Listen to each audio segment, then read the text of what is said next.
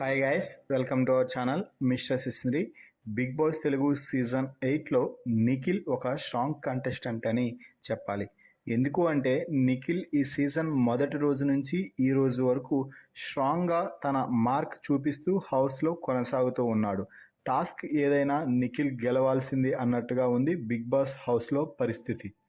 టాస్క్లో నిఖిల్ ఉంటే దాదాపుగా నిఖిలే విన్నర్ అన్నట్టుగా ఉంది పరిస్థితి.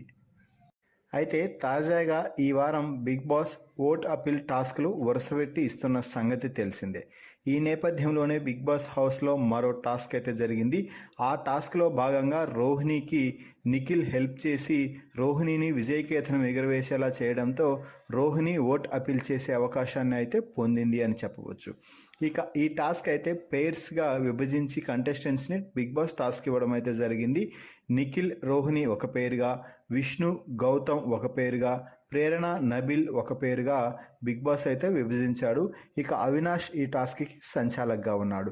ఈ టాస్క్లో నిఖిల్ రోహిణి జంట విజయకేతనం ఎగురవేయడంతో నిఖిల్ అలాగే రోహిణిలలో ఎవరో ఒకరికి ఓట్ అపీల్ చేసుకునే అవకాశం ఇప్పుడు లభిస్తుందని, ఆ ఎవరు అనేది మీ ఇద్దరే డిసైడ్ చేసి నిర్ణయం తీసుకోవాలి అంటూ నిర్ణయం నిఖిల్ రోహిణి చేతిలోనే పెట్టేశారు. ఈ సమయంలో రోహిణి అడగకముందే నిఖిల్, నాకంటే నీకే ఎక్కువ ఈ అవకాశం అవసరం రోహిణి, ఈ అవకాశం ఎందుకు అంటే నువ్వు మొదటిసారి నామినేషన్స్లోకి వచ్చావు కాబట్టి ఖచ్చితంగా ఆడియన్స్తో కనెక్ట్ అంతగా అయ్యిండవు కాబట్టి నువ్వు ఆడియన్స్తో కనెక్టివిటీ పెంచుకోవాలి. అందుకే నువ్వు వెళ్ళి ఓట్ అపీల్ చేయి.